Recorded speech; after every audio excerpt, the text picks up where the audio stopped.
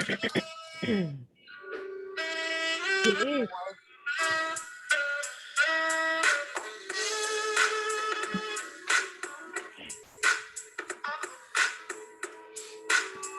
All right, my peoples.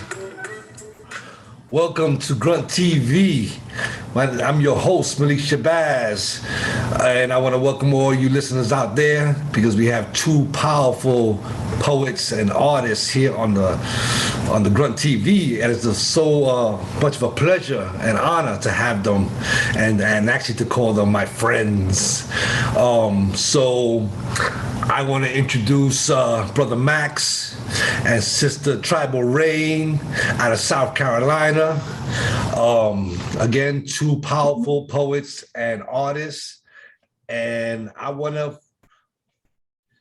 thank you for coming on the show. And so, how are you? The first thing I want to I just want you briefly, if you could just let me just tell the people briefly about Brother Max's work, and then he could go into more detail, anything that I missed.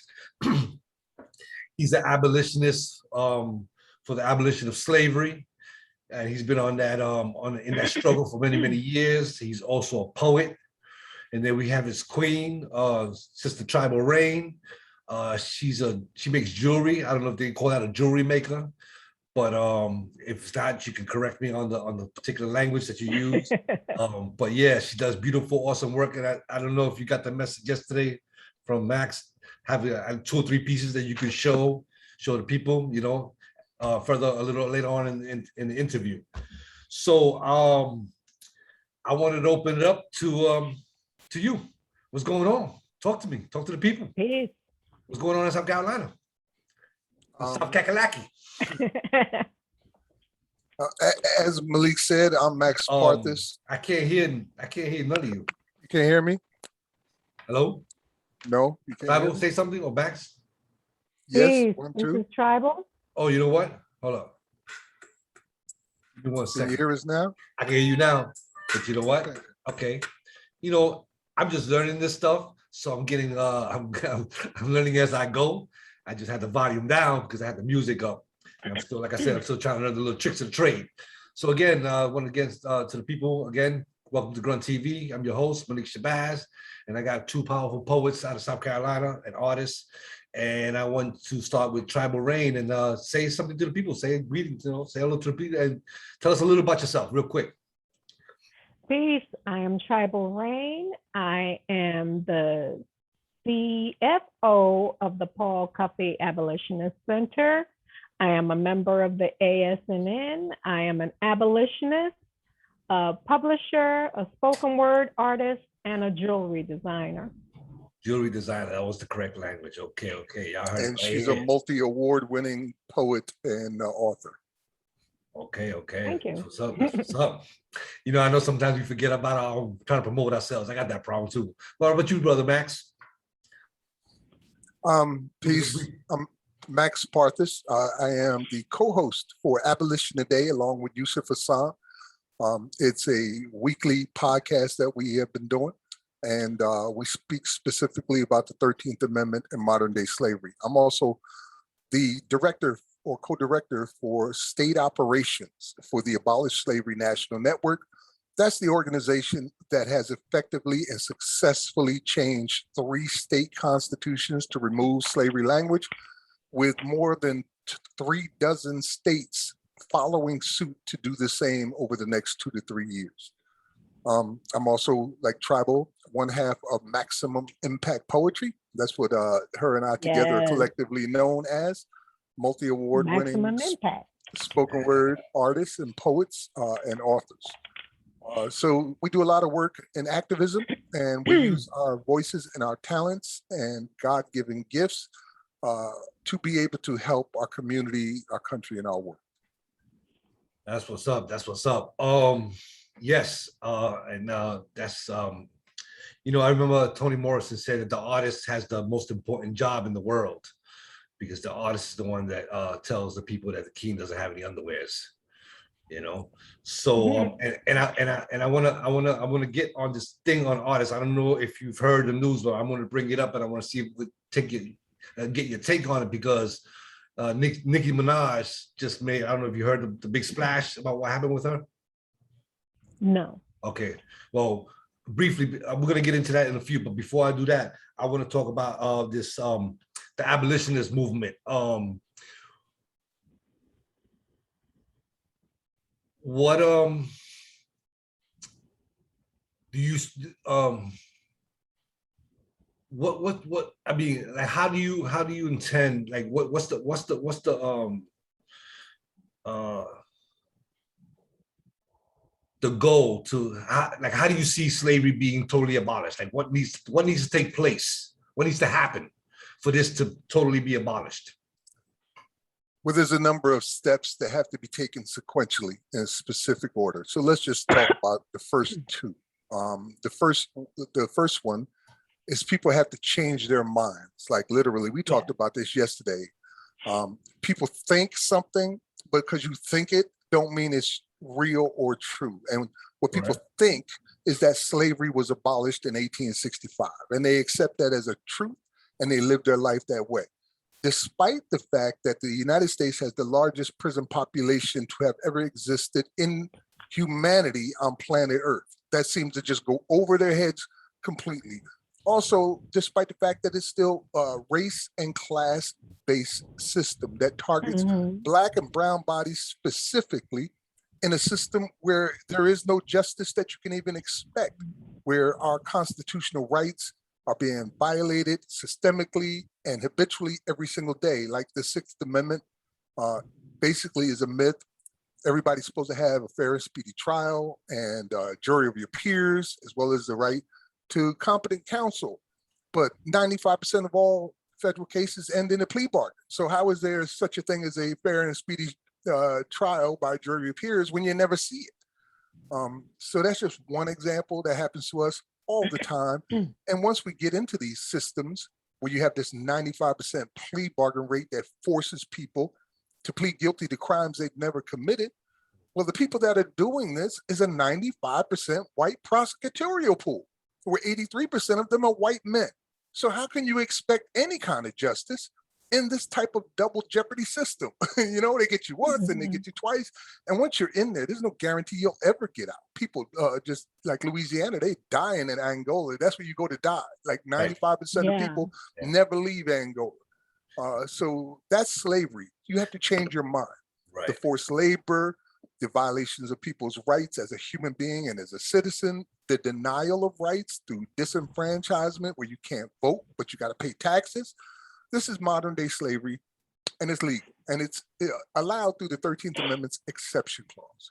So that's the first thing. The second thing is, if it's allowed through the 13th Amendment's exception clause, and by as many as 24 state constitutions that have similar language, well, let's change the damn constitutions, right?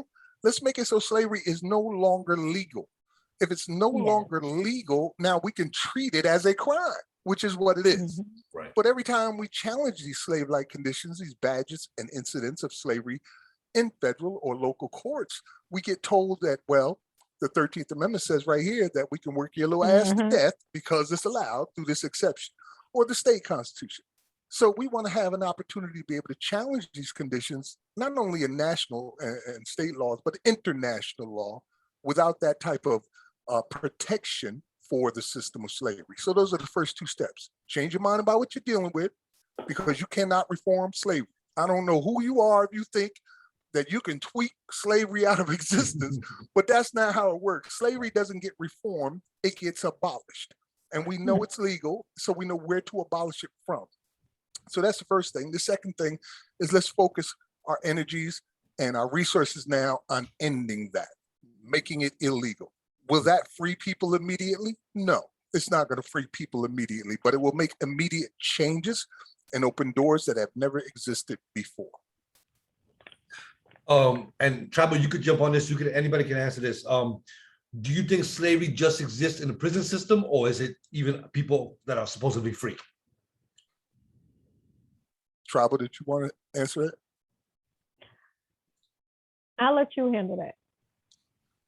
No, it's not limited to just the prison system. Although slave labor is a traditional use of slavery, It's not the only use of slavery. One of the biggest problems that we have right now is in the warehousing of bodies. It's why we have so many people in our prisons, in our jails, detention centers, youth detention facilities, because warehousing bodies is very profitable. So the more people you have in these prisons, the more you get per diem for each individual that you have or each bed that you have filled. So it's a economic development program that interacts with every aspect of our society and our justice system. You can barely do anything where you're not supporting some form of prison slave labor. And they don't just make license plates or sweep floors. They're also creating goods and services by corporate international bodies that are sold or used on the open market. You might call up AT&T for some service. Say, AT&T, my phone is acting a fool. And the person you're talking to is very likely a prisoner doing 30 to life, making 11 cents an hour. You can eat some Idaho potatoes made from scratch all the way up to the shipping part by prisoners, and there's so many products and services that they provide which compete with the job market on the outside.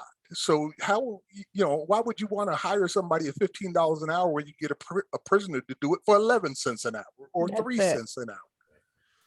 So do you think that slavery is intricately connected to capitalism? I think that the first mention of capitalism in the United States came from Thomas Jefferson when he was explaining that women are more valuable than men as property, Black women, because they're able to give birth, and that creates more capital. And so this was the beginning of capitalism in the United States because of slavery. The same thing with the international aspect. The first human rights organization was formed to end slavery because slavery through this the transatlantic slave trade had become the biggest boom fiscally on earth. At one point in the United States, at one point, the value of their human property, people they claimed to own, was worth more than all their industries and banks combined. Which is what, one more thing I just wanted to add to what you asked me earlier is why I was saying slavery is more than just the prison labor aspect. It includes, as I have said, the warehousing of bodies.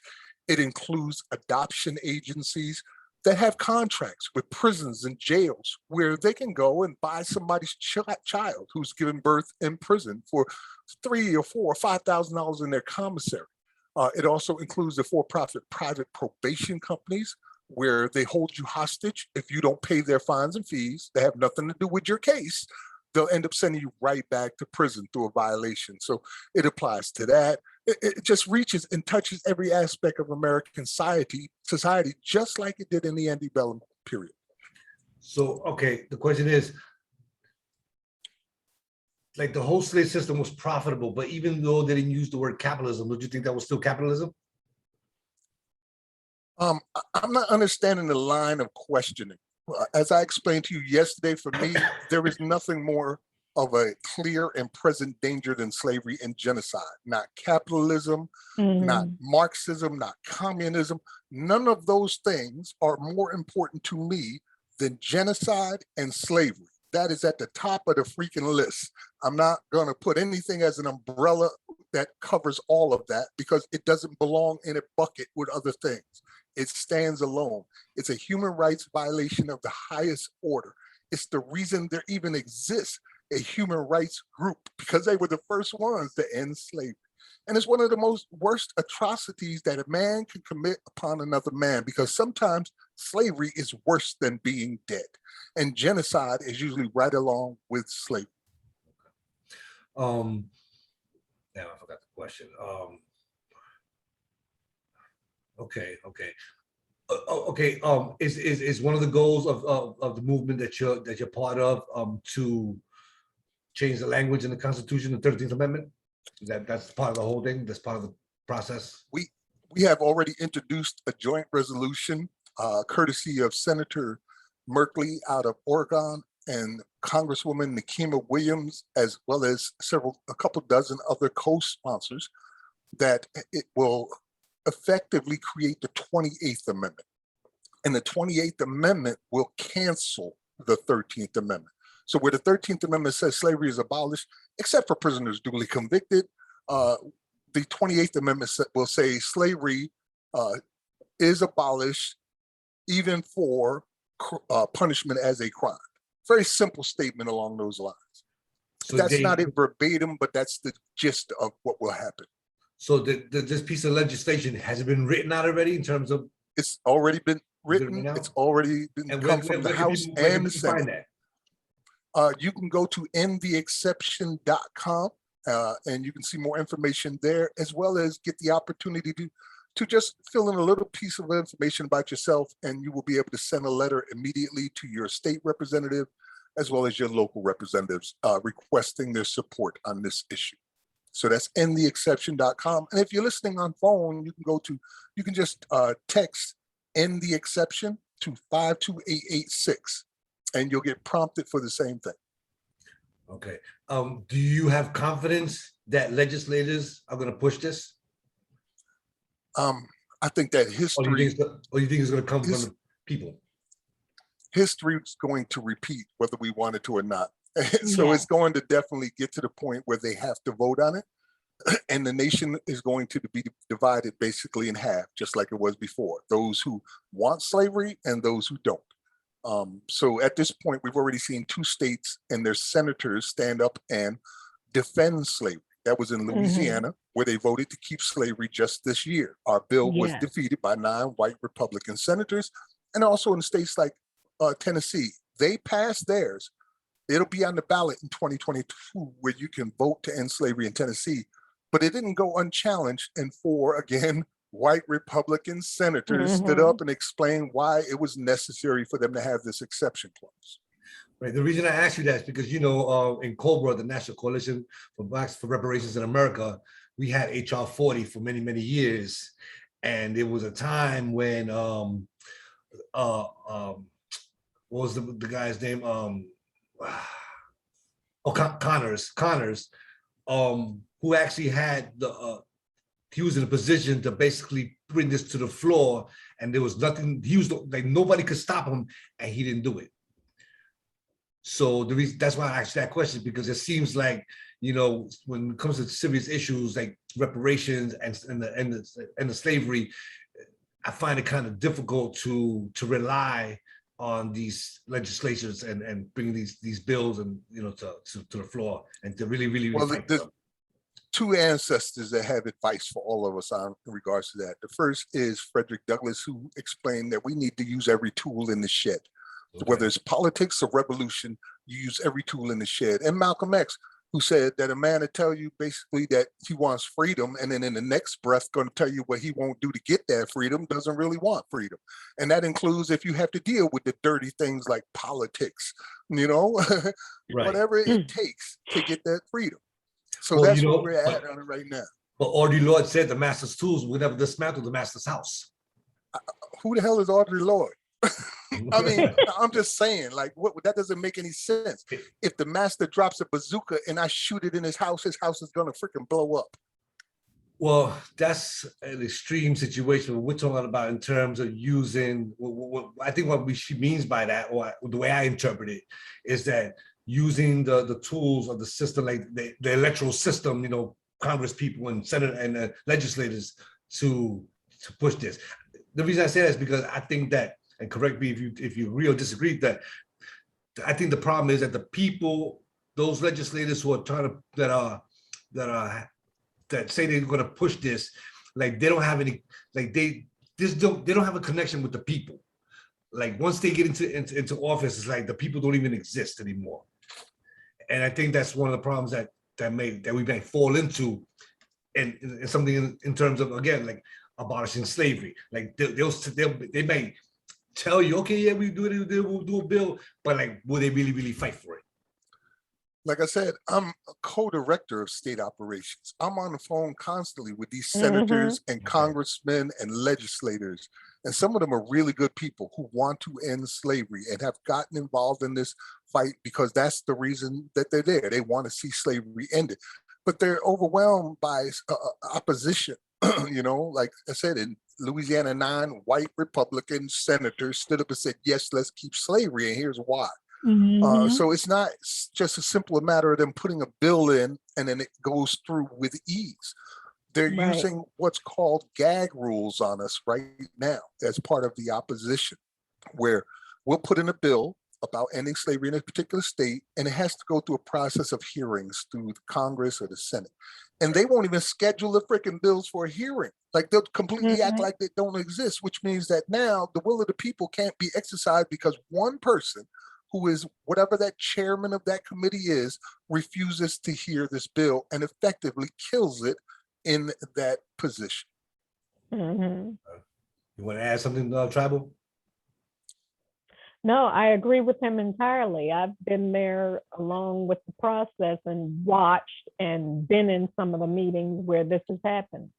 Okay, now you mentioned that there were the Republican dominated. Now, okay, what about now? The Democrats control the House, the Senate, and the White House. Does that change Um, the dynamic of anything? it gives us a window of opportunity. So that's why we have set up our scheduling so that by Mhm. 2022, we should effectively have voted on Senate Joint Resolution 21, which is the abolition amendment, and then put it forward for the states to ratify. So it'll go to the next stage after that. While we have this opportunity, as you said, of a democratically controlled Congress and Senate and presidency, we're going to take advantage of it. And we had that under Obama. You know, we were still here then. I've been a slavery abolitionist for a long time. Right. It's unfortunate that people didn't catch on for all these years because they had been Yeah. indoctrinated into believing these lies, including the Obama administration, who never once said a bad word about for-profit, private, corporate prisons. You know, so it's And we're unfortunate that closer they have now than we've been ever been. ever. The stars are all aligning. It's like, you know, freedom comes, whether you like it or not. And Yeah. I think this is that We're so generation where we much get an closer. opportunity to have a chance at it, like our ancestors had in the 1860s. Okay. Well, I gotta tell you, you have more confidence in them than I do. I would say that, you know. Actually, I if got to you work look with them. with the artists being out there and the work that we're doing and the ASNN and the senators that are behind us, a lot more of the so-called common people are more aware. You have the music coming out about the 13th Amendment. You have a lot of the artists speaking up, a lot of the so-called big people Like who the film teenagers 13th and with Ava normal DuVernay. people listen to. Mhm. Yes. Okay. The movie 13, Right. all of that is Yeah, Now, media, opening their eyes do you there's a have lot of to what's attention going now. on. It's giving some information. now? Does the abolition movement that you're part of? Do you deal with young people? Do you have programs that deal with young people to start? Well, Because yes, sometimes you can't. It's hard to deprogram people. So yes. sometimes, I have a Mhm. tendency to deal with the younger so they don't get, as the younger the better, their minds are not as poisoned. So do you have do you think do you have or do you think that that's necessary or where you at with that? Absolutely. We've been preparing the generations to come now for like 3 or 4 For a generations. while. We mentor We've 3 or been 4 doing it for a generations while. of people, but we also teach classes in schools on a regular basis. Other members of the core leadership team of the Abolish Slavery National Network as well are involved in youth efforts. Brother Dennis Febo, who is another co-director of state ops, he works with the Hudson County, New Jersey juvenile detention system and goes in and teaches the children and the kids in there. And we also mentor a large number of young Black and white and Hispanic people in our community as well as nationally who are very, very much passionate about this. Our kids know. You can't fool them anymore. They are so much smarter than we've given them credit for. Right. No, I know that. And what kind of reaction do you get from them when you explain to them that slavery is not, it hasn't ended? Are they shocked or like they don't nah, that's not true? Like, what kind of reaction? I've had to talk to 5th graders about this. And I remember, I think it was Einstein said, if you can't explain it to a fifth grader, you don't know enough about it yourself. So I had to, make sure I knew enough about it myself to explain to fifth graders, and they understood very clearly what the circumstances was. It did give them a sense of hopelessness, I suspect, when they think of the giants that they're facing, these massive, impossible to beat, seemingly evil systems that just capture them in these nets. So I try to give them hope by showing that there are people out here fighting to make this change so that they won't be trapped in that system. Tribal and I have 19 grandchildren. I'll be damned if I see my grandchildren going to prisons or have to live this type of life under threat of death or incarceration all the time. 9 of our grandchildren are young Black males. That means that 3 of them are likely to go to prison before they're 30 years old. How can I live? How can I just sit here and do nothing about that? Right. Now, given that fact about slavery not being abolished, does it also demystify the myth that Lincoln freed the slaves? Lincoln was the great betrayer. He was neither an abolitionist nor was he pro-Black. He was a white supremacist who had already known all about that exception clause. He used it, as a matter of fact, in Washington, D.C.'s charter, where he supported the same exception clause there. The exception clause goes all the way back to 1777. And as a lawyer, he was very familiar with what it was there for. It was used to transfer ownership from the individual to the state of human bodies, so that the owner would no longer be Joe Bob or whoever the hell saying, I own 3, 4 people. The state now took control of it, and Lincoln knew that. He even wrote a letter to Stevens, Honorable Judge Stevens, who was his competitor at the time, and explained to him the only difference between the North and the South was that that the South wanted everybody to be able to own slaves, and the North wanted it restricted. And when he said restricted, he was talking about convict leasing, which they were already using in the North. Right. Okay. So yeah, I got no love for Lincoln. Yeah, no, because I always looked at it like this, that when it came down to like the Civil War, the whole idea of South wanted physical slavery, but the North didn't. I said the North they both wanted the same thing, but the North said, listen, if you own slaves, you got to house them, you got to feed them, you got to give them medical care, because that's an investment, right? But if you come on the North side, we can still have slavery, but they have to house themselves, they got to feed themselves, they got to have their own medical, So it was just a different form of slavery, but I guess they just couldn't agree on whether it was going to be physical or psychological. You just hit on a very important part, the difference between chattel slavery, where individuals own people, and state-sanctioned convict leasing. And that was the fact that they didn't give a damn if you lived or died.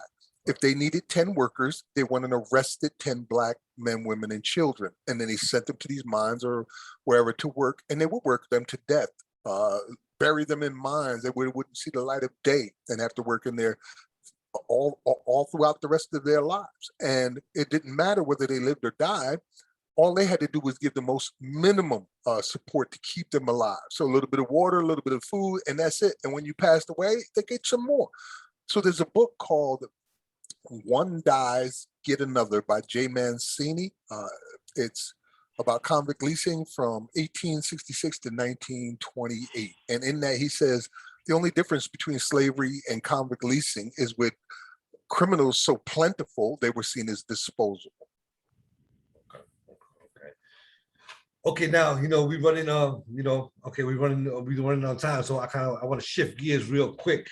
Let me just make a point. Where can people find you? Just trying to make notes so I can not forget to ask you some questions. Okay, now I want to get on this really quick and briefly. I want to bring this up because as an artist, and both of y'all, oh Lord have mercy, get off my screen. We all 3 of us share something in common. We're all artists, and when it comes to artists, I'm in that realm. And I saw, and I don't know if you heard the whole thing with. There's one more thing that we have in common. We're all Prismatic Dreams poets. Oh, yes, sir. Yes, sir. Yes, sir. Yes, sir. And we're all the people's poets. And, we spit for the people, we ride for the Mhm. people, and the thing about the artist is, again, like Toni Morrison said in an interview, I never forget that she said the artist has the most important role in society, and sometimes the most dangerous, and I saw a little clip just a little while ago, right before we got on, about the whole stink with Nicki Minaj. Now, I don't listen to her music. I'm not really a fan of her, but, Malcolm taught us that truth is truth, no matter where it comes from. So even though I may disagree or not particularly care for a particular individual and in their art, in their artistry, but if they say something that is truth, I'm gonna be like, yeah, that's true. And I'm not sure if you heard, but she was invited to the Met, to that gala that cost $30,000. There was a $30,000 ticket attached to it, but you had to be vaccinated. And she didn't go because she didn't want to be vaccinated. And she put out a tweet that she wanted to do more research before she even did that. And then she also made another tweet that her cousin in Trinidad, her boyfriend took it and his testicles swelled up, and now he's impotent. He can't have children. But the media went after her, as if she's and the number one person was Joy Reid. I don't know if you're familiar with Joy Reid. Big sellout, mouthpiece for white supremacy. They went after her, and I think that the reason I bring that up is because I think that there may be a lot of artists who hesitate to speak on this because they don't want to be ostracized, and I think that that's a big mistake. So I wanted to get your take on that.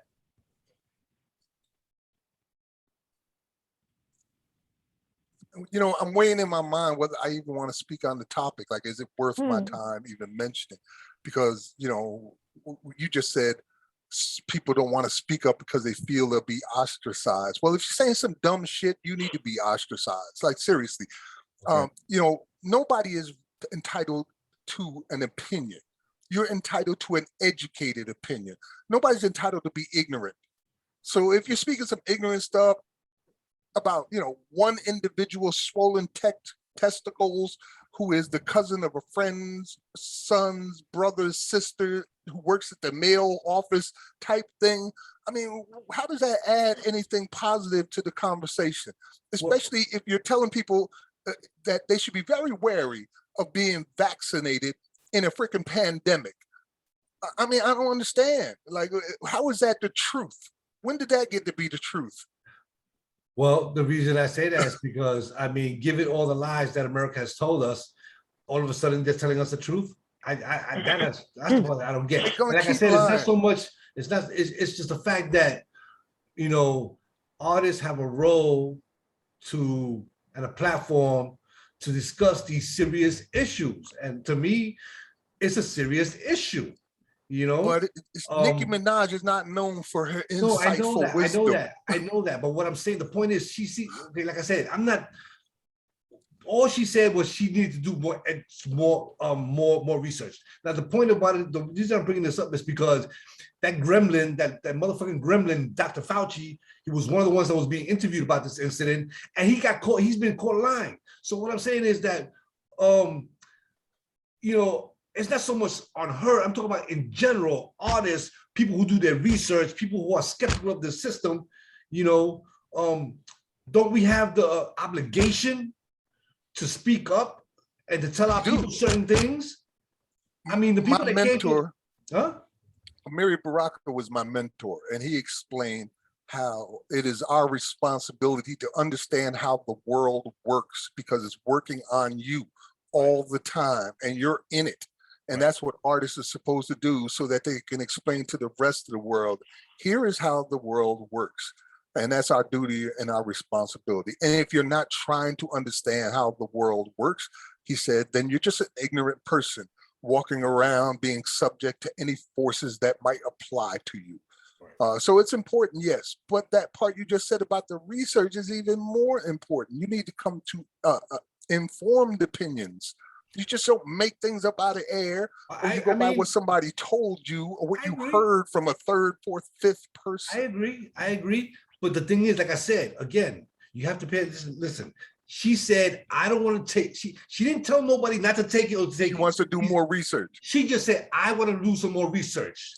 And they But that's jumped, not the part I have and issue they with. jumped. I'm saying they jumped on her on that, right? And That's not why they jumped on her either. The part that I got issue with is the same reason that they jumped on her at the end, when she explained about some guy in Trinidad and his swollen testicles because he took the vaccine, and why he couldn't get married about that. The late night people had a big ball on that, which they made all kinds of jokes about the swollen testicle issues. And look at us right here. We done invested 6-7 minutes into what? A swollen testicles conversation. No, that's not. Don't twist that around. Don't twist that around. But that's what they were upset about. Don't twist that around. Tweeting about. Don't twist that around. That's not what I'm talking about. Don't twist that around. Okay, that's not what I'm talking about.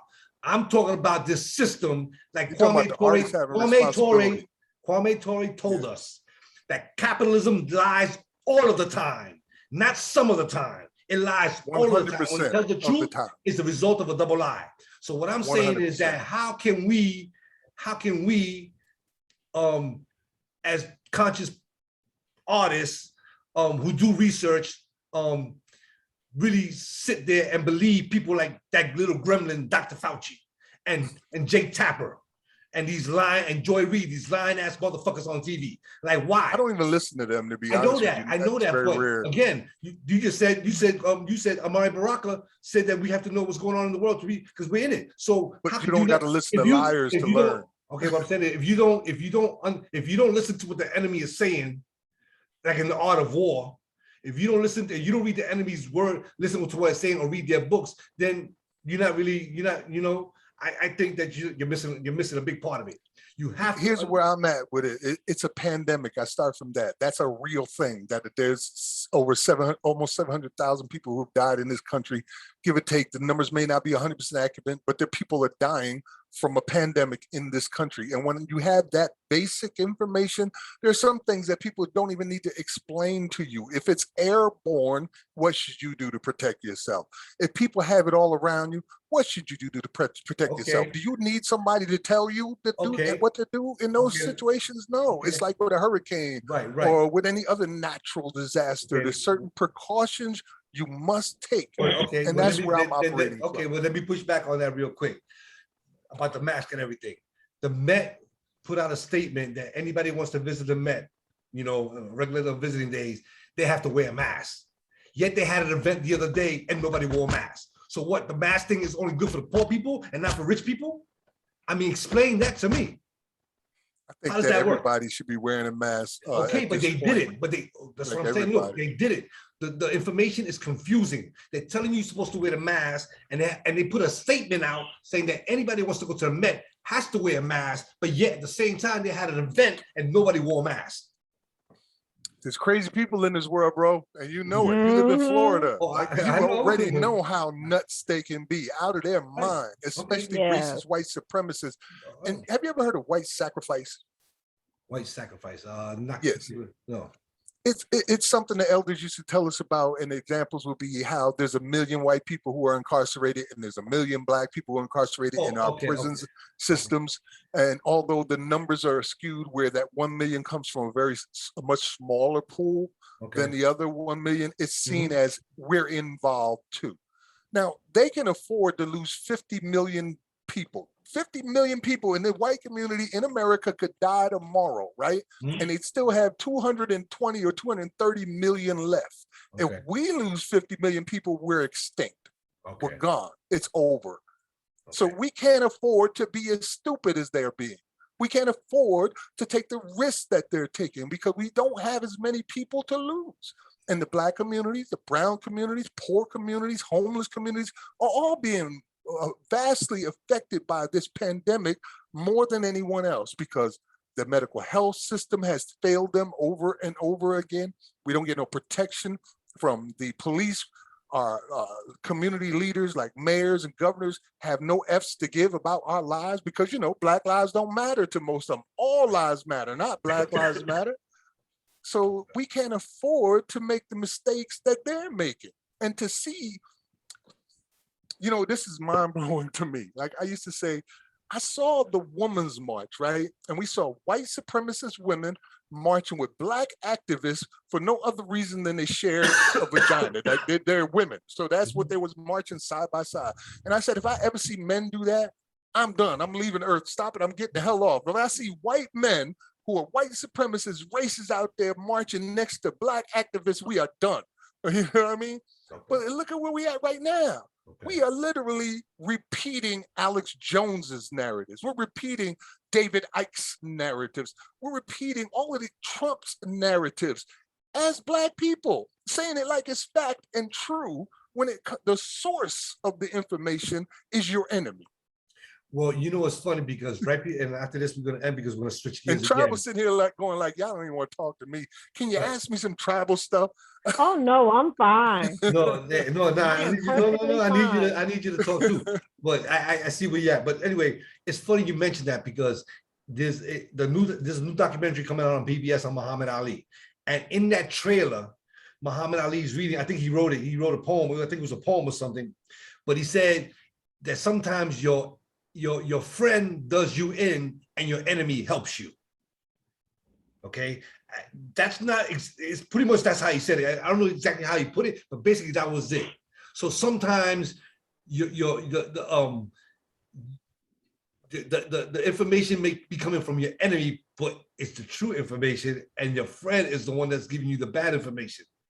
So I'm saying that I see that in elections, right? Huh? In elections, when they fight against each other, that's when they're telling the truth, right? When the white supremacists are fighting each other. Well, it's just a criminal, so they tell the truth. A criminal, yeah, calling another criminal. Right. Because they're all criminals.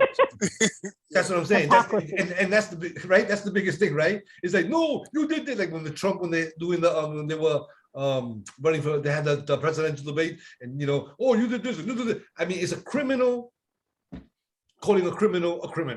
Yeah, it's Clinton versus Trump. Yeah, so that's what I'm saying. So anyway, okay, real quick, because we're running on time. And you didn't even one of the things I want to poetry. do real quick is I want to shift gears. I want to talk about with Tribal. Tribal, do you have anything in front of you? Some kind of jewelry that you made? I asked if you could just show the people, because that's another thing that this particular podcast does, is I want to highlight. There you go. Hey, can you explain what that is to the people that are watching? This is hand-wrapped amethyst crystal pendant that is going to go on a necklace. And what's the purpose of wearing that particular stone? I hear stones have This different vibrations. For healing. Healing. Mm-hmm. Okay. Amethyst is good for healing. Okay. And on that note, where can people find you? Like when they want to, if they want to contact you, like where can they find you at? If they want to contact me, the best place to contact me would be on Facebook at Tribal Raine. Tribal Raine, and spell that for the people. Tribal Raine. Mm-hmm. R-A-I-N-E. Yeah, for those who may think rain like the spelled rain, the regular rain.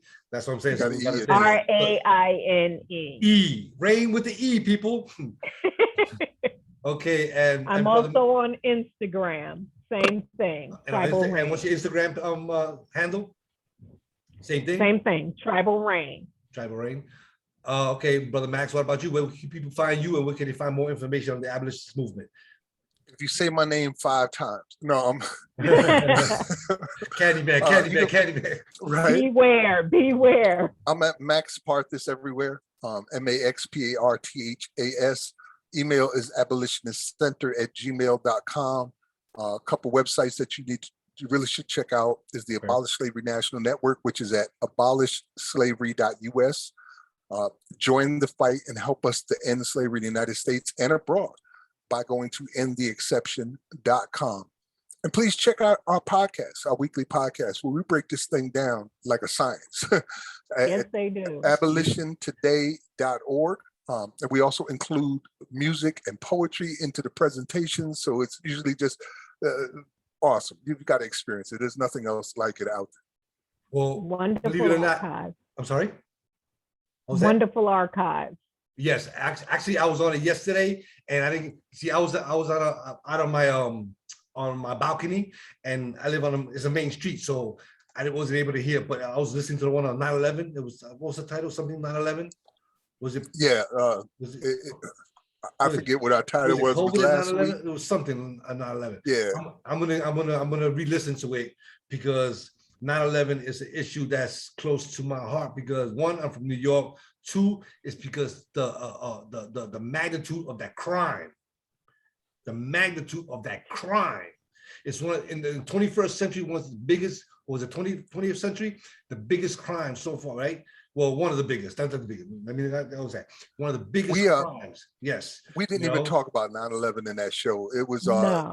it was Attica, shut them down 2021, and 9/11. And the 9/11 Okay, we spoke about that's what it was. was September 11th, 1861, when Lincoln betrayed Black people and rescinded an order by one of his generals that would have freed Blacks in Missouri Territory. Instead, he said, no, we want to keep you as property in under possession of the U.S. government. Right. So that was the 9/11 we talked about. The 9/11 in 2001, that's a different something one? altogether different. Yeah. Yeah, because there was another 9/11 1973 in Chile when they killed Salvador Allende and Pinochet came into power. But anyway, all right, yeah, so definitely people check that out. And right before we close out, I would like to Max or Raine, whoever wants to go first, I need a poem. One or one each? If you want to do a duel, you want to do one each, and we got 15 minutes. All right. Okay. Trava, you want to start out? Or you want me to start? All right, I'll start out. All right. This one is called Lost Voices. Lost voices are silent voices. Voices stilled by acts of ignorance, conscious dissidence, and dare I say it, outright fuckery. We lost our voices when we lost our histories. Now all we have left are discontinued memories, stolen during the diaspora, trapped and chained along the trail of tears, until swept up and over, not a trace remains for even the buzzards to pick apart. Lost voices are silent voices, voices trapped within the confines of betrayal and denial, whipped into silent submission, until swept up and over, not a trace remains for even the buzzards to pick apart. And we're afraid to step up or speak out against the atrocities, the lack of humanity that we as human beings continue to put one another through. We are the reviled children of a darker mother, seeds of misdeeds performed by a father who has picked up his tail and turned tail to run. Only there's no place to run to. This is it. We are the bastardized offspring of our slave owners who still keep us in chains, locked up in pens for any multitude of imagined sins, or simply because it is the whim of the day and the slave catchers just woke up that way. Steeped in hatred and violent tendencies, they say inbreeding can be a bitch, and I guess it's true. Just look at the evidence that walks among you. Take note of the deep-rooted fuckery. Deeds done in the dark, kissing the light of day, but shh, if you ignore it, maybe it'll go away. And we can begin to wipe up the evil stench that permeates the very air that we breathe. Please, like that's ever going to happen. Because lost voices are slain voices. Voices muffled by years of asphyxiation, years of choking back screams and cries in the night. Watching as crosses burned, bodies were tortured, and innocent folks were hung from trees, left to swing in the breeze of a hot noonday sun. And nothing has changed. Nothing has changed. Black bodies still hang. The streets still run red with brown and black blood. And the slave catchers are still overseeing America's hunting ground. And for all intents and purposes, everything still remains the same. And our voices are still being silenced. In the land of the free and the home of the slave. Peace. You heard it right here on Grunt TV. Travel Raine. All right, shift gears, Brother Max. All right. This is something I wrote on this day a year ago, and it's called Patriots. I was at a large rally, which was all in my mind when I heard this call. Get your guns, Patriots. The government is going to enslave us all. Second Amendment time, boys and girls. United we stand, divided we fall. Agenda 22 is a go any day now. Things will get worse before it stops. We got to be ready for them cop-hating pansy libtards with their Soros-funded BLM signs and commie socialist plots. Mental me said, hold up, partner, you hear? If slavery is what you fear, then what about all the people being enslaved through the injustice system already? You know, it's the reason many of us are out protesting right now and march on steady. They herd us into poverty, criminalize our lives and cultures, put bounties on our heads, then hunt us in the street like vultures. Sometimes they lynch us on live streams. It's so crazy. If we don't get lynched, we get railroaded into jails and prisons starting from pipelines aimed at our babies. That's how we make it to your community as a neighbor, in a place where they either store our bodies like a sick Twilight Zone episode or work us for our free labor. They call it justice, but it's just us getting caught in the net. If I can tell the full tale, we can't afford to bail, can't afford the fines and fees, can't afford to breathe, can't afford a lawyer worth a dime, and we only get to see a trial about 5% of the time. That's a better than 9 out of 10 chance the prosecutor will be white, which reduces our chances of survival. And if we dare resist with so much as our sideways twitch, we are dead on arrival. They sell us as commodities, like somebody's freaking property on the open market, just like back in the day, but worse. The system is so refined this time. Instead of being in stocks and bonds, we are what makes the stocks and bonds have a net worth. What about all of that? Isn't that what you said you're fighting for, in fact? What will you do? Are you willing to fight for us, or are you just waiting for them to finally come get more of you? He looked at me like you might look at spoiled milk and said, are you a freaking imbecile? Help you thugs and criminals? Help you rape my wife, steal my job, ruin my neighborhood and life, rob my sons and daughters, get them hooked on your filthy rap music, help you destroy my country with your senseless gang shit slaughter? Tell you what, boy, stay in your place. If you don't want to do the time, don't do the crime. Worry about black on black crime and stop wagging your race card in my face. If you weren't always rioting and looting, we wouldn't be out here shooting, defending our cities from the likes of you people. The only one wanting folks enslaved around here is you with your cop-hating evil. Peace. So yeah, once again, people. Yes. I want to thank Tribal and Max out of South Carolina. Like I told you, 2 badass motherfucking poets, and I never forget the first time I met y'all. And you know, I give thanks to IET Blues for that, because he's the one that made us the connection, and we was on from that point on. And also, again, I just want to remind you that we do host an open mic every last Friday, Underground Railroad Conscious Culture, the People's Open Mic, hosted by moi, Malik Shabazz, aka Prophet. So if you want to come down and do a feature, I can set you up, and I got you covered. And just like just like the way you do us, you come here. You ain't got all you got to worry about is just getting here. You ain't got to worry about food. You ain't got to worry about no damn hotel. Just get here. Wow. You're good, and because I think more people need to hear your words and your wisdom and your information. So I want to give thanks again for coming on. I appreciate the love and everything you're doing. Keep the show going, and all power to the people. Black power. And we sign off with a little bit of a little sound, little jazzy jazz. Some jazz hands going on. Jazzy jazz. There you go. Get the jazz hands.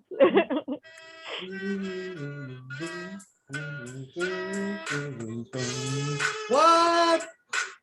Y'all feeling that? That's gonna be that's one of my tracks for my next album.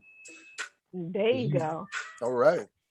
All right. So anyway, give thanks once again, and we'll sign off. And this will be posted on my site. And if you haven't already, please subscribe. Mash that like button and share. And that goes to everybody out there that's watching this. And don't forget, endtheexception.com. We really do need your help. endtheexception.com and also abolitionisttoday.org. Abolitiontoday.org. Abolitiontoday.org. Yes, you're going to love it. All right. Peace and love, family. Peace. And we'll Peace, hope to see you soon. One love. I say. One love. Ashe.